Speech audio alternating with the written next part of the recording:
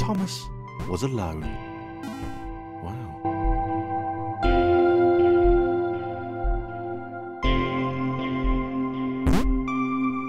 Thomas decided to start listing his observations for posterity. 1. The whole alone thing. 2. Portals. They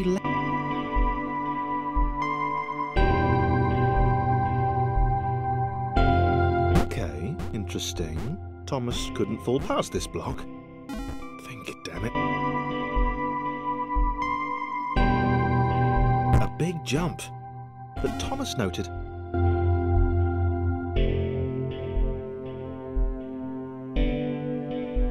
this all seemed a little dangerous. The world was not to be trusted. It was unstable, and it seemed to Thomas that it could let...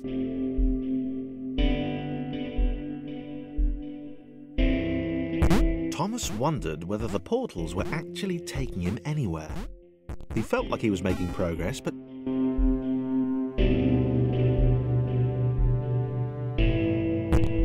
It might have been paranoia again, but Thomas could have sworn the world was becoming more complicated. It always seemed to be one step ahead of his skills. It had been designed just for him. He wondered why. Was the world testing?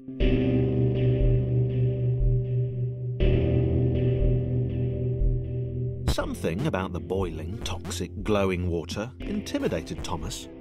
He didn't like it. He certainly didn't want to swim in it.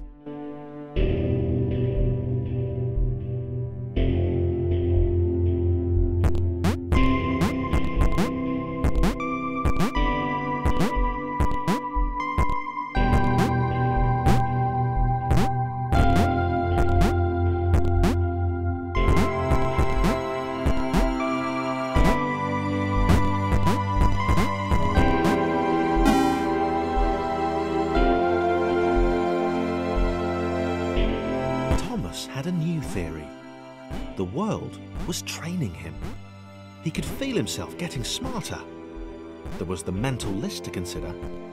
Over the minutes and seconds since his spontaneous generation, he'd become a pretty skilled jumper. He was evolving. He just wished.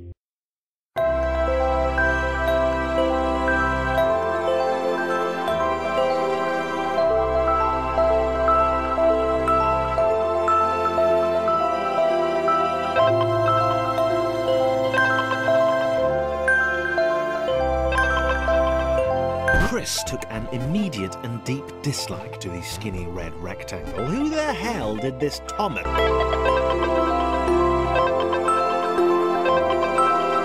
Chris had been doing fine. He wasn't the highest jumper, but he'd held his own. He'd even been graceful at times. Well, not technically graceful. That's probably the wrong word, but you know, fine. There was that skinny little runt leaping about like he owned the place.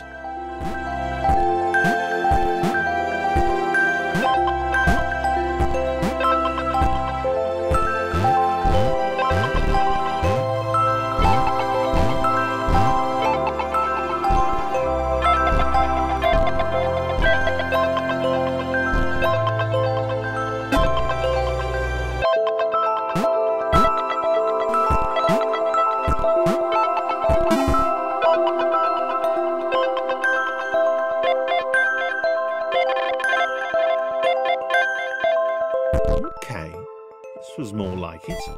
A glowy white thing. Only Chris could get to it, which of course made it all the more enticing. What would it do? What new opportunity might this switch open up to him?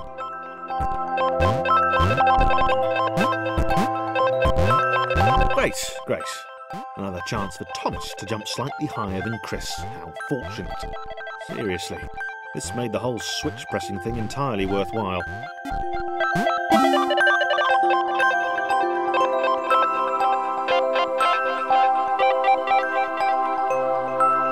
Was this good? Because on the surface, it did not seem good. Chris was pretty scared. Little Red seemed fine. happy to be on his merry little adventure. Chris couldn't shake the feeling that things had taken a significant turn for the worse since Thomas had joined him. Sure, he'd been able to piggyback his way to ever so slightly higher platforms, but where had that got him? Well, to ever so...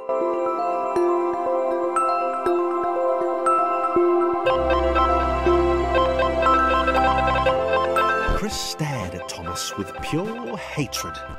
He seemed so very happy at their situation. Friends together, a brave fellowship of quadrilaterals on a quest for greatness. That would be fine. But it was all the obvious observation that Thomas was doing which grated. Every time they saw something vaguely new, Chris would hear a satisfied little from the vaulting idiot. He hoped the next portal would split them up, if only for a few levels.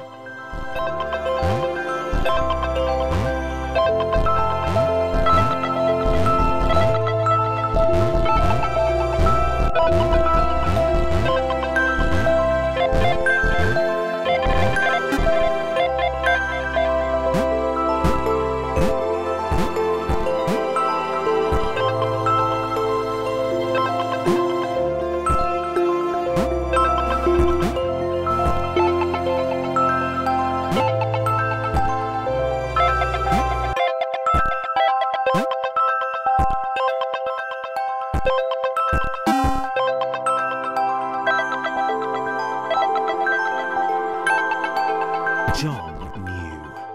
He knew that this was his chance, a moment to shine. This was game day.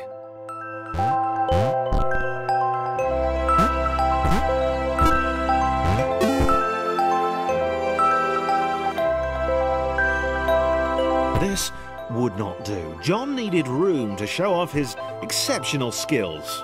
As it was, he was trapped on the wrong side of these little dot things. Where did they come from, anyway?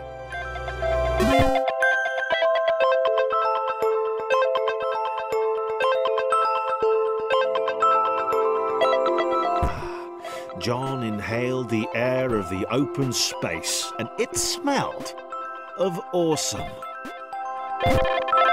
Time to flex those muscles, to put his training to use, time to show those little dots how it was done. John decided to press the switch, to let the little dots catch up with him. John cared for his new allies. You could tell from the sympathetic expression he'd practiced in the mirror all these years.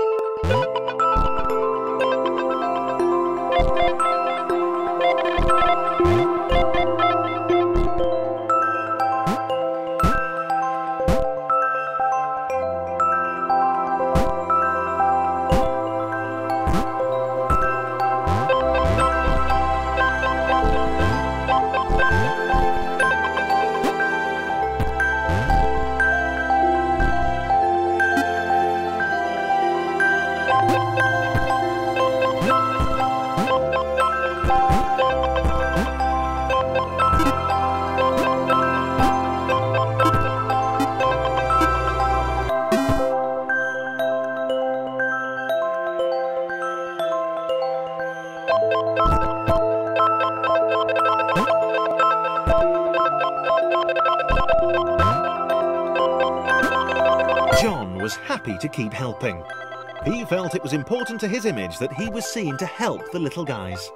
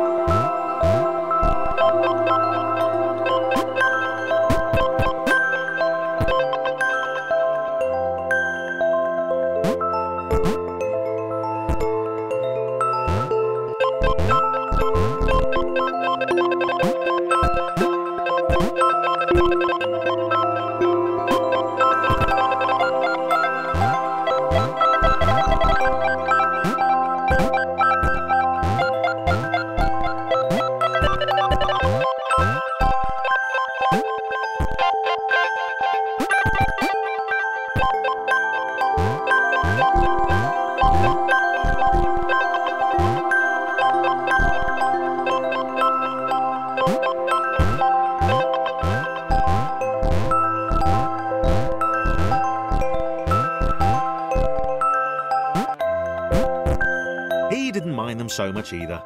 The red one, Thomas, had a charming way of applauding every time John jumped.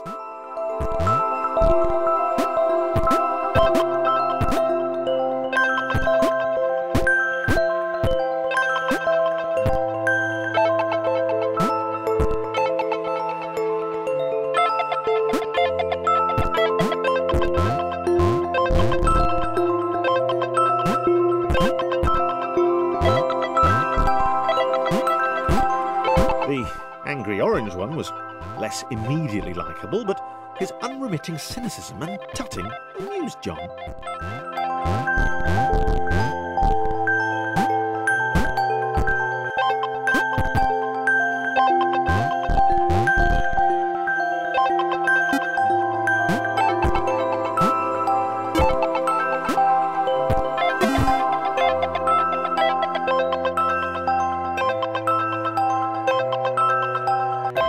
This was interesting.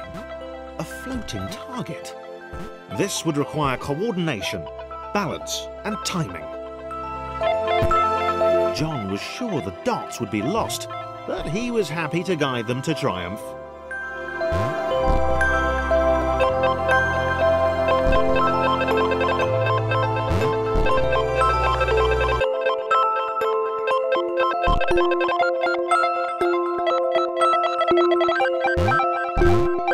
Maybe that's what the dots were for.